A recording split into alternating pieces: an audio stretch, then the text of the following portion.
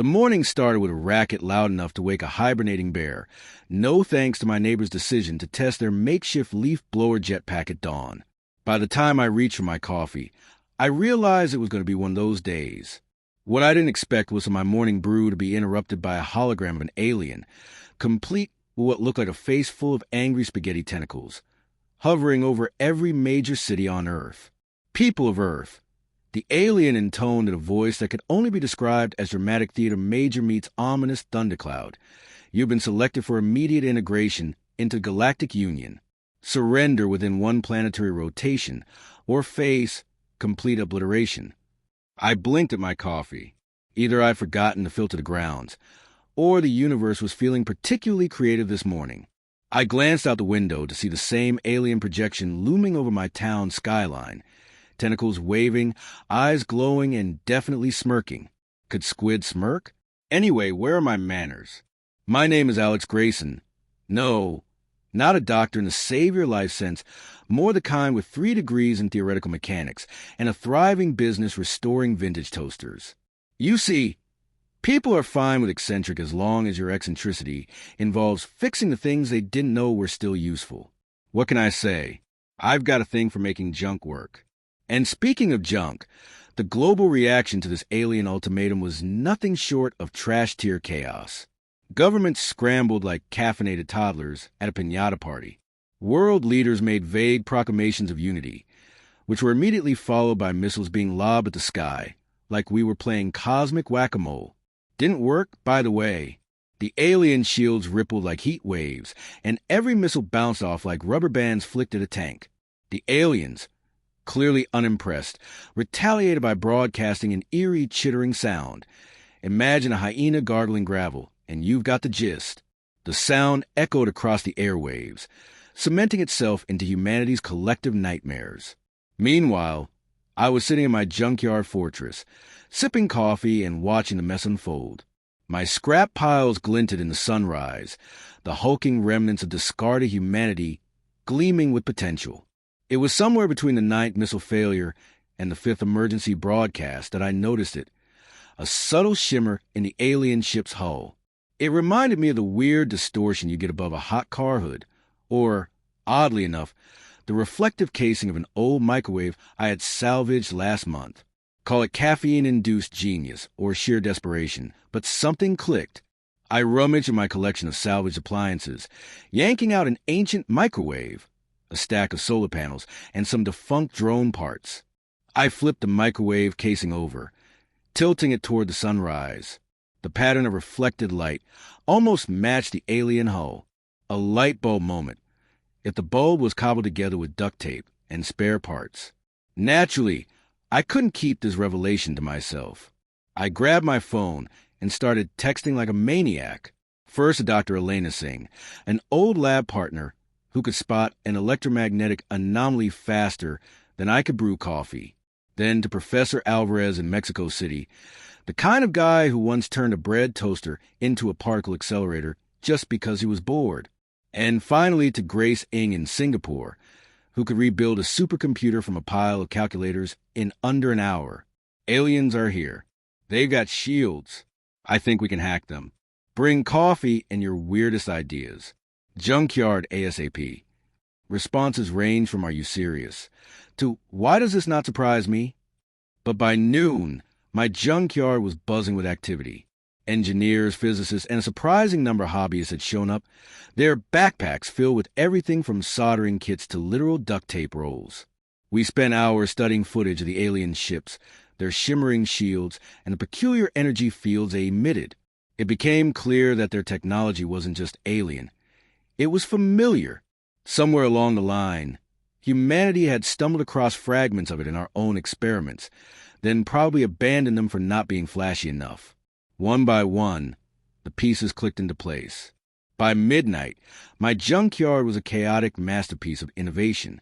Old microwaves had been gutted, drones modified, and someone had even repurposed a trampoline frame into what they swore would become a shield disruptor. Amidst the chaos, Grace connected a pair of old car batteries to a busted satellite dish. "We're going to hit them with their own tech," she declared, grinning like a kid with a new chemistry set. They'll never see it coming. The aliens had given us 24 hours to surrender. Instead, humanity spent every second transforming its discarded failures into a makeshift resistance. Because if there's one thing humans excel at, it's making miracles out of messes. And as the first prototype hummed to life, its repurposed components sparkled with potential, I couldn't help but smile. Sometimes the best weapon isn't the one built from scratch. It's the one cobbled together from what everyone else threw away. The air smelled like burnt wires and ozone as the sun rose over my junkyard, now transformed into a chaotic nexus of creativity and caffeine-fueled determination. Engineers, scientists, and garage inventors worked side by side, wielding welding torches, soldering irons, an occasional power drill that sounded like it was powered by spite and stubbornness. We'd spent the night reverse engineering alien tech, using Earth's most neglected treasures. Discarded microwaves, broken drones, and a surprising number of obsolete toasters. The alien shield technology, it turned out, shared a lot in common with outdated Earth gadgets. Just cranked up to 11 and sprinkled with cosmic arrogance. They built shields expecting laser cannons and nukes, not electromagnetic bursts powered by salvaged kitchen appliances. Dr. Elena Singh wiped soot from her face as she adjusted the makeshift array of microwave components she'd rigged into a pulse emitter. "If this works," she said, tightening a bolt with practiced precision, "I'm nominating myself for a Nobel Prize." And because we said so, I smirked, double-checking the wiring on a jury-rigged capacitor cluster cobbled together from old car batteries and half a wind turbine. "If this works," I replied, "you can have all the awards. I just want them to name a sandwich after me." The world outside our junkyard lab was still in full panic mode. Military leaders postured on international broadcasts, promising resistance while achieving nothing. Every news channel showed fighter jets being swatted from the sky like gnats. Alien ships loomed above major cities, their eerie purple shimmer daring anyone to try something. Meanwhile, our underground network, quickly dubbed the Junk Science Alliance, was busy turning humanity's recycling problem into its salvation. We used encrypted chat rooms, hidden message boards, and even old pirate radio frequencies to coordinate globally. Engineers from Tokyo to Toronto sent schematics, material suggestions, and hilariously bad motivational memes. Professor Alvarez, our resident mad genius from Mexico City, appeared on a grainy video feed, grinning like a kid who just found the best toy in the universe. "I figured out how to amplify the electromagnetic resonance field using old satellite dishes and repurposed solar panels," he announced. "Bonus, it also heats up burritos in 6-second flat." Gray Singh from Singapore chimed in, "I've got the harmonic destabilizer working." Turns out all we needed were some old CRT monitors and a ridiculous number of copper wires. Behind her, a massive contraption blinked and buzzed with a faint blue glow. It looked like the world's most dangerous arcade game. By mid-afternoon, our operation expanded in ways none of us expected. Social media exploded with the hashtag #JunkTechChallenge after some quick-thinking teenagers started a viral campaign about cleaning up local junkyards. Kids thought they were saving the planet from pollution, not realizing they were supplying critical materials for Earth's first improvised defense fleet. The biggest breakthrough came when one of our Australian teams, led by a retired radio technician named Max Sparky Holden, hit the jackpot. "Listen up, mates." He radioed in, voice crackling with static. "Turns out if you wire 3 washing machines and an old traffic light just right, you get a field disruptor strong enough to scramble alien sensors." We stared at the schematic he uploaded in stunned silence before Dr. Singh burst out laughing. "This is ridiculous. This is brilliant." As sunset approached, we faced our first real challenge: power generation. Conventional methods would light us up on every alien scanner, like a fireworks display. We needed something unconventional, something they wouldn't even recognize as a threat. That's when Dr. Eng's face lit up with sudden realization. "What about old solar panel prototypes?" she asked. "The ones companies threw away because they were too unstable." Professor Alvarez nodded eagerly. "If we chain enough of them together and build a makeshift energy matrix, we could create something powerful enough to run a whole fleet, and still look like junk to the aliens." Within hours, teams worldwide were scavenging forgotten storage depots, ransacking warehouses and bartering with scrapyards. The aliens, apparently still convinced we were too primitive to be dangerous, didn't bother interfering. Their scans picked up nothing but rusting metal and outdated electronics. As night fell, the first of our prototype ships, codenamed Trashfire 1, powered up with a resonant hum. Its hull was patched together from shipping containers, its control system built from defunct arcade cabinets, and its power source a tangled mass of solar panels and scavenged generators. Professor Alvarez watched with gleeful satisfaction as the ship's onboard system, controlled by what appeared to be an ancient Atari joystick, flickered to life. "It shouldn't work," he admitted, "but it does."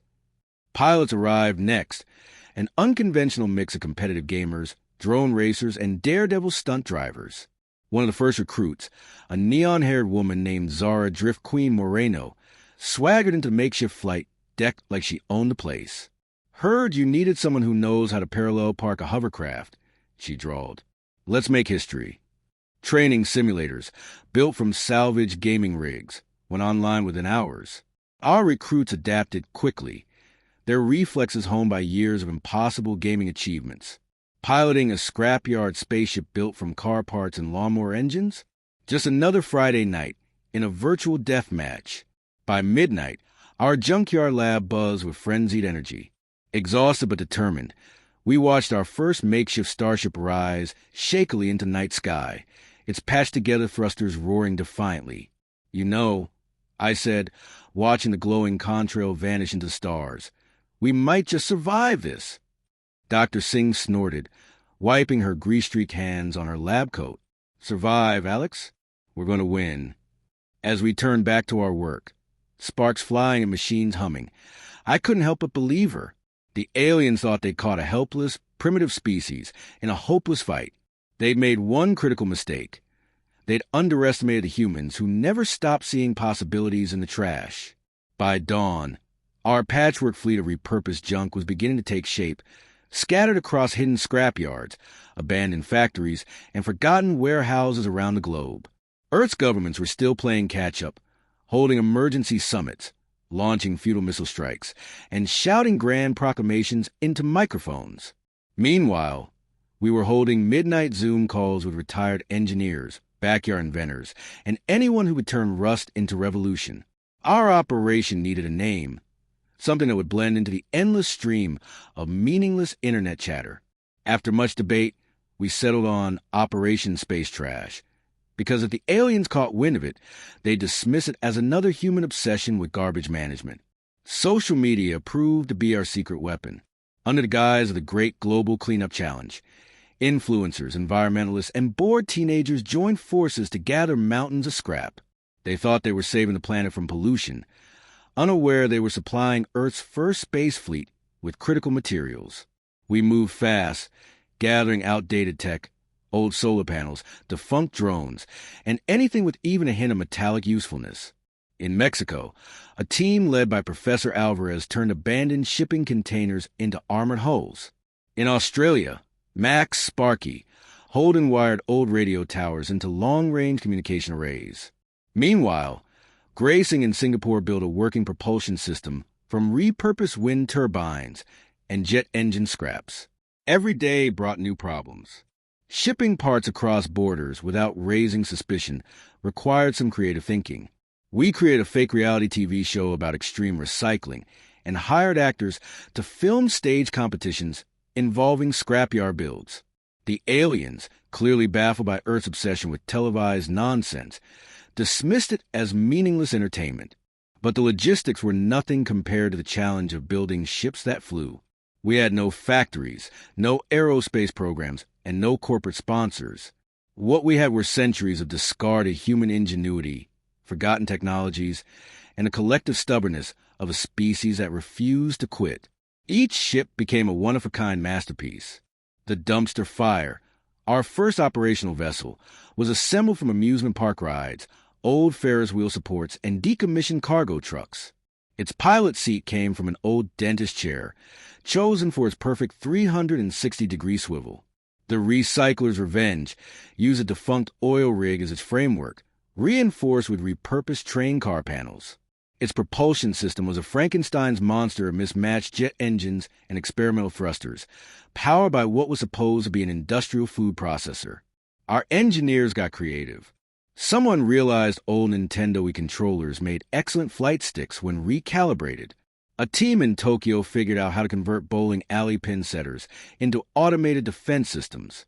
And a retired robotics hobbyist built a targeting array from decommissioned theme park animatronics that could still follow you with unsettling precision. Our next problem was power. The alien scanners were looking for anything nuclear, advanced, or dangerously futuristic. We couldn't risk using conventional power grids, so we turned to Earth's forgotten tech graveyards. Buried in warehouses and storage facilities, we found thousands of discarded solar panel prototypes, deemed too inefficient by corporate standards. It turned out that when chained together and retrofitted with conductive polymers, they produced energy levels that could power entire fleets. We weren't just building ships. We were creating a fighting force made from humanity's cast-offs. The beauty was that none of it registered as a threat to the alien sensors. We were just stacking scrap in peculiar shapes, primitive, harmless, worthy only of mild curiosity. By the end of the week, our first test launch was scheduled. We needed cover, something big enough to hide the launch's power signature. Nature provided the perfect distraction. A meteor shower due to light up the sky that night. The first ship to launch was the garbage disposal, our largest vessel. It was a hulking monstrosity made from shipping containers, salvaged tanker hulls, and reinforced tractor-trailer frames. Its power source was a tangled network of mismatched solar rays, and its shielding was built from overlapping microwave casings scavenged from landfills around the globe. The launch went off with only 2 major explosions, both intentional, according to Max Holden, who insisted that extra fireworks were for morale. As the garbage disposal breached Earth's atmosphere, its solar wings extended like battered sails, catching the cosmic wind. Back on Earth, the team erupted into cheers. For the first time, it felt real. We weren't just tinkering in scrapyards anymore. We had a functioning starship. Our next challenge was training pilots. We couldn't use conventional military crews. They were too closely monitored. Instead, we recruited from Earth's best, most overlooked pilots. Competitive drone racers, stunt drivers, and gamers whose reflexes have been honed by endless digital combat. One of our best recruits was Zara Drift Queen Moreno, a professional street racer with nerves of steel and an attitude to match. She showed up wearing mirrored sunglasses and a leather jacket patched with old racing logos. "Heard you needed someone who can fly sideways at 200 miles per hour, she said, tossing her gear bag onto the workshop floor. "Where do I sign?" Training simulators were cobbled together from arcade consoles, retro VR systems, and modified game controllers. Pilots adapted quickly. Turns out navigating a junk-built spaceship was a lot like playing a really unforgiving video game, except with fewer cheat codes. We turned every underground parking garage, abandoned hangar, and forgotten warehouse into secret training grounds. Every flight simulator buzzed with energy as pilots raced through obstacle courses made from shipping crates and broken cranes. The aliens, blissfully unaware, continued their surveillance.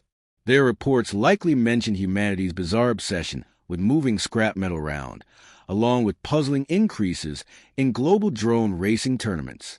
Their arrogance blinded them to the threat brewing beneath the rust and rubble.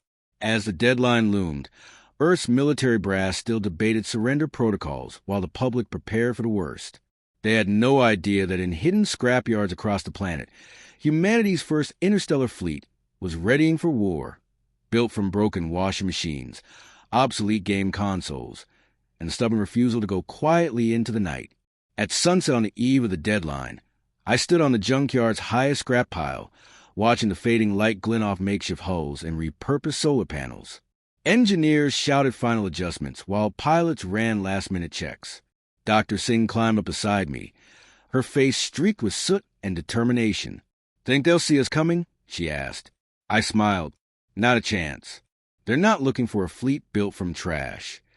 As the stars flickered into view, the garbage disposal's engines roared to life again, its mismatched thrusters crackling with energy.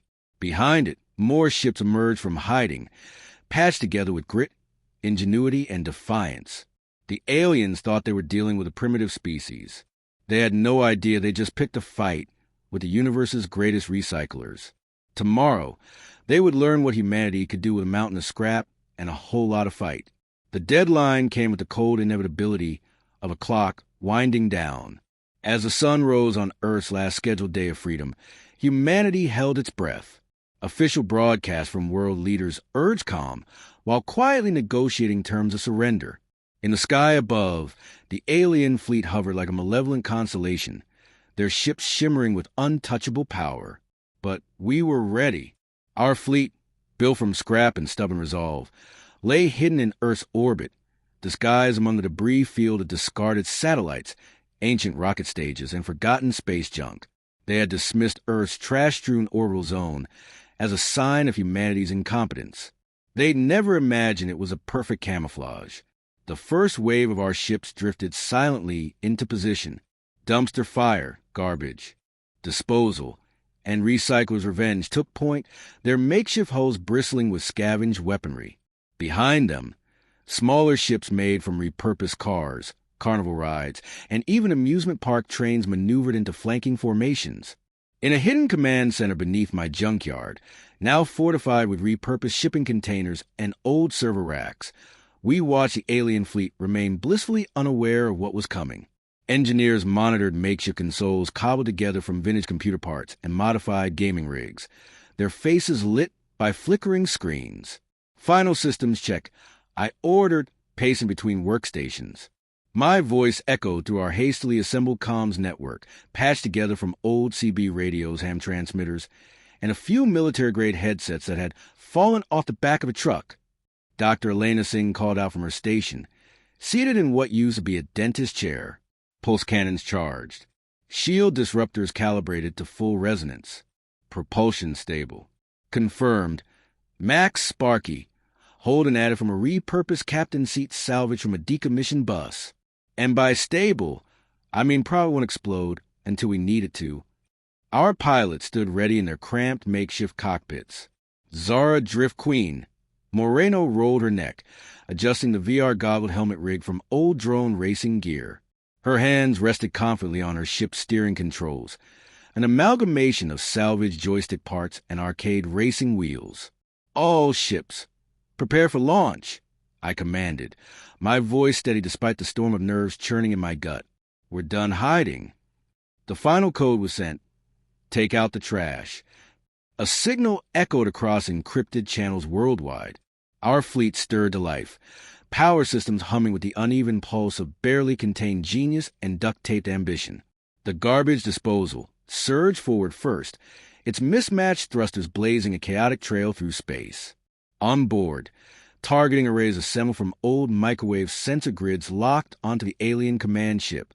The aliens noticed us then. At first, they hesitated, likely thinking Earth's orbital junk had somehow destabilized. But when Recycler's Revenge unleashed a barrage of electromagnetic pulses powered by hundreds of salvaged smartphone batteries, the realization hit them like a freight train. The war for Earth had begun. The alien command ship's shields flared brilliantly, struggling to absorb our improvised weaponry. They had expected laser cannons and missile barges, not focused microwave bursts and electromagnetic pulses calibrated by scientists wielding soldering irons in spite. Their response was immediate and overwhelming. Alien fighters launched in perfect formation, sleek and deadly, slicing through space like cosmic predators. But they were prepared for a standard military conflict, not the chaos of a junkyard rebellion. Purple Team, initiate pinball wizard maneuver. I barked into the comms. 3 ships built from carnival bumper cars and reinforced with scavenged auto parts accelerated at full throttle. They ricocheted between alien fighters with erratic precision, using the ship's own shields against them. One alien fighter spiraled out of control after colliding with a cargo pod filled with magnetic scrap metal. Meanwhile, Dumpster Fire executed a perfect drift maneuver, skating sideways through a cluster of alien warships while unleashing concentrated beams of electromagnetic energy. Its control system, repurposed from arcade flight simulators, allowed precise, gravity-defying maneuvers the aliens couldn't predict. Dr. Singh's voice crackled over the comms. Shield disruptor array charging. Firing in 3-2 now. The blast from the garbage disposal's main weapon, an electromagnetic beam generated by salvaged satellite dishes, sliced through the alien flagship shields, overloading its systems with raw, chaotic frequencies. Inside the alien command center, their leader appeared on every surviving screen in our fleet, tentacles twitching with disbelief. What are you doing? It demanded, voice laced with fury and confusion. Recycling. I replied, flipping the activation switch on our second wave of attackers. Modified robotic arms taken from abandoned car assembly line sprang to life aboard Recycler's Revenge, hurling magnetized scrap directly into the enemy's vulnerable ship cores. Old engine blocks, steel beams, and shattered microwave parts rained down like apocalyptic hail. The alien fleet reeled, their sleek precision unraveling in the face of relentless improvisation. Ships collided, targeting systems scrambled, and shield generators flickered under the relentless assault of Earth's improvised chaos. One of our ships, built almost entirely from old vending machine parts, sustained a hull breach, but its emergency systems, powered by soda dispensing compressors, sealed the damage before anyone even realized something was wrong. Red Team, execute garage sale protocol. I shouted. Cargo bays opened across our fleet, releasing a storm of controlled space debris guided by modified toy car remotes. Alien fighters were overwhelmed by the onslaught of obsolete Earth tech, suddenly weaponized with malicious precision. Desperation crept into the alien commander's voice. You're supposed to be primitive. Your technology is obsolete. You're not wrong. I admit it, but you forgot something important. Our trash is your worst nightmare. With one final surge of power, the garbage disposal unleashed a full-powered electromagnetic pulse generated by thousands of microwave magnetrons working in synchronized chaos. The blast shattered what remained of the alien flagship shields, leaving it vulnerable and exposed. Before they could react, dumpster fire accelerated into a high-speed drift, its patchwork hull smashing to the enemy command ship's central drive core. Explosions rippled across the alien fleet as their remaining ships scrambled to retreat. Status report. I demanded. Dr. Singh grinned through her soot-streaked face.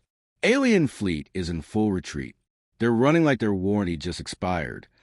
The aliens fled, battered and humiliated, their once mighty fleet reduced to limping wrecks scarred by Earth's discarded relics.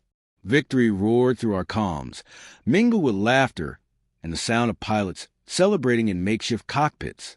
Earth was free, not because we had better technology, but because we refused to quit. We turned the universe's discarded failures into an unstoppable force.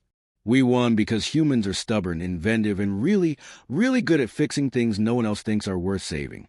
As the stars cleared, I sent one last broadcast to any surviving alien ships still listening. Next time, I said, remember, one person's trash is another planet's defense system.